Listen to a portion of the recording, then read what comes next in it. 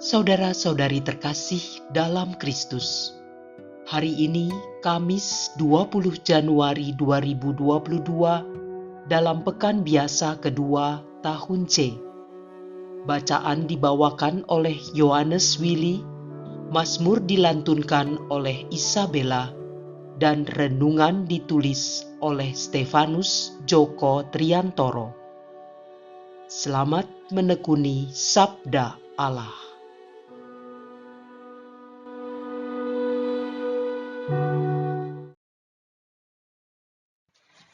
Bacaan dari kitab pertama Samuel bab 18 ayat 6 sampai dengan 9 dan bab 19 ayat 1 sampai dengan 7. Sesudah Daud mengalahkan Goliat orang Filistin itu, pasukan-pasukan Israel pulang. Maka di segala kota Israel keluarlah wanita-wanita menyongsong Raja Saul sambil menyanyi dan menari-nari dengan memukul rebana, dengan bersukaria dan dengan membunyikan gerincing. Dan perempuan yang menari-nari itu menyanyi berbalas-balasan, katanya, Saul mengalahkan beribu-ribu musuh, tetapi Daud berlaksa-laksa. Maka bangkitlah amarah Saul dengan amat sangat. Perkataan itu menyebalkan hatinya, sebab pikirnya, kepada Daud mereka perhitungkan berlaksa-laksa, tetapi kepadaku diperhitungkan beribu-ribu. Akhir-akhirnya jabatan raja itu pun akan jatuh kepadanya. Sejak hari itu, Saul selalu menaruh dendam kepada Daud. Maka Saul mengatakan kepada Yonatan anaknya dan kepada semua pegawainya bahwa Daud harus dibunuh. Tetapi Yonatan, anak Saul, sangat suka kepada Daud, sehingga Yonatan memberitahukan kepada Daud, ayahku Saul berikhtiar membunuhmu. Oleh sebab itu, hati-hatilah besok pagi, duduklah di suatu tempat perlindungan dan bersembunyilah di sana. Aku akan keluar dan mendampingi ayahku di padang tempatmu itu. Aku akan berbicara dengan ayahku perihalmu, dan aku akan melihat bagaimana keadaannya, lalu memberitahukannya kepadamu. Lalu Yonatan mengatakan yang baik tentang Daud kepada Saul, ayahnya. Katanya, janganlah raja berbuat dosa terhadap Daud, hambanya, sebab ia tidak berbuat dosa terhadapmu. Bukankah apa yang diperbuatnya sangat baik bagimu? Daud telah mempertaruhkan nyawanya dan telah mengalahkan orang Filistin itu. Dan karena dia, Tuhan telah memberikan kemenangan besar kepada seluruh Israel. Tatkala melihatnya, engkau bersuka cita karenanya. Mengapa engkau hendak berbuat dosa terhadap orang yang tidak bersalah dengan membunuh Daud tanpa alasan? Saul mendengarkan perkataan Yonatan, lalu bersumpah, demi Tuhan yang hidup, ia tidak akan dibunuh. Lalu Yonatan memanggil Daud dan memberitahukan kepadanya segala perkataan itu. Yonatan membawa Daud kepada Saul, dan ia bekerja padanya seperti semula. Demikianlah sabda Tuhan.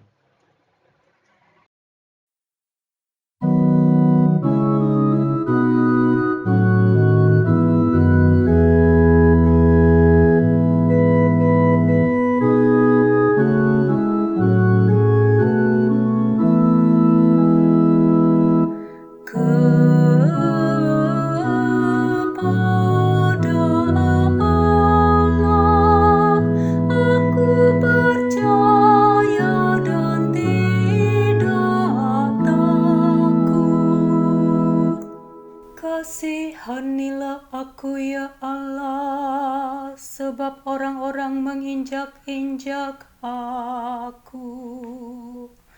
Sepanjang hari mereka memerangi dan menghimpit aku. Seteruku menginjak-injak aku sepanjang hari. Bahkan banyak orang menyerbu aku dari tempat tinggi. Kepada Allah aku percaya dan tidak takut. Tuhan, Engkau tahu akan sengsaraku. Air mataku Kau taruh ke dalam kirbat-Mu. Bukankah semuanya telah Kau catat? Musuhku akan mundur pada waktu aku berseru. Kepada Allah aku percaya dan tidak takut. Aku yakin bahwa Allah berpihak kepadaku. Kepada Allah yang firman-Nya ku puji. Kepada Tuhan yang sabda-Nya ku junjung tinggi. Kepada Allah aku percaya dan tidak takut. Kepadanya aku percaya, aku tidak takut. Apakah yang dapat dilakukan manusia terhadapku? Nazarku kepadamu ya Allah akan ku penuhi, dan kurban syukur akan ku persembahkan kepadamu. Kepada Allah aku percaya dan tidak takut.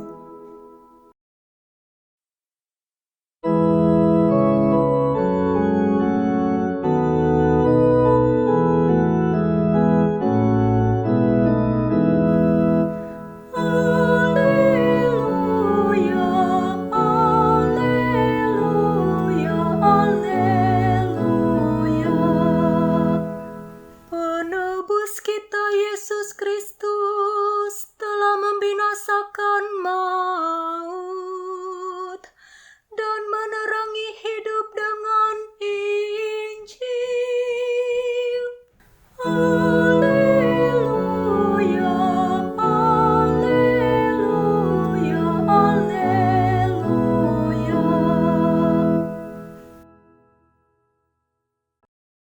Inilah Injil suci menurut Markus, bab 3 ayat 7 sampai dengan 12. Sekali peristiwa, Yesus menyingkir ke Danau Galilea dengan murid-muridnya, dan banyak orang dari Galilea mengikuti Dia. Juga dari Yudea, Yerusalem, Idumea, dari seberang Yordan, dan dari daerah Tirus serta Sidon, datanglah banyak orang kepadanya. Sesudah mereka mendengar segala yang dilakukannya. Karena orang banyak itu, Yesus menyuruh murid-muridnya menyediakan sebuah perahu baginya. Jangan sampai dia terhimpit oleh mereka. Sebab Yesus menyembuhkan banyak orang, sehingga semua penderita penyakit berdesak-desak ingin dijamah olehnya. Bila mana roh-roh jahat melihat Yesus, mereka jatuh tersungkur di hadapannya dan berteriak, "Engkaulah Anak Allah." Tetapi dengan keras Yesus melarang mereka memberitahukan siapa Dia. Demikianlah sabda Tuhan.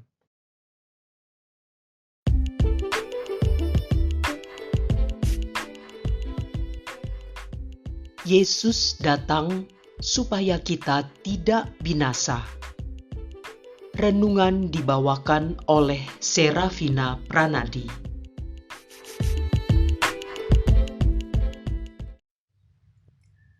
Bapak, Ibu, Saudara-saudari yang dikasihi Tuhan Yesus Kristus, kedatangan Yesus ke dunia menunjukkan bahwa misi penyelamatan sudah dimulai. Penyelamatan umat manusia dari dosa dan maut. Allah menjadi begitu mudah untuk dicari, mudah untuk disembah dan diagungkan. Begitu nyata kebaikan Allah yang berlimpah diterima oleh orang-orang yang sungguh-sungguh mencari Dia. Mujizat-mujizat yang Yesus lakukan sebagai pembuktian begitu besar kuasa dan kasih Allah kepada kita, umat manusia. Yesus melarang keras roh-roh jahat untuk memberitahukan kepada orang banyak tentang siapa Dia.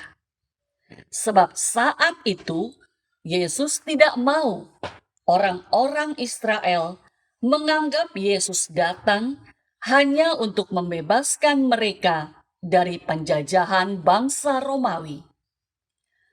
Pengertian dan pemahaman yang begitu dangkal orang-orang Israel tentang Yesus. Tuhan Yesus datang sebagai Mesias rohani untuk misi yang lebih besar, yaitu menyelamatkan seluruh umat manusia dari maut dan kebinasaan kekal akibat dosa. Bapak, Ibu, Saudara-saudari yang dikasihi Tuhan Yesus Kristus, sebagai umat Kristiani, umat yang percaya akan kehadiran Yesus Kristus, kita percaya Ia adalah sabda Allah Bapa yang hidup. Ia adalah jalan keselamatan bagi kita untuk memperoleh hidup yang kekal. Mari kita menjadi pengikutnya yang setia. Penuhilah pikiran, perkataan, dan perbuatan kita dengan cinta kasih. Mari kita menjadi penyebar sukacita Allah bagi keluarga, orang-orang di sekitar kita, dan semakin banyak orang.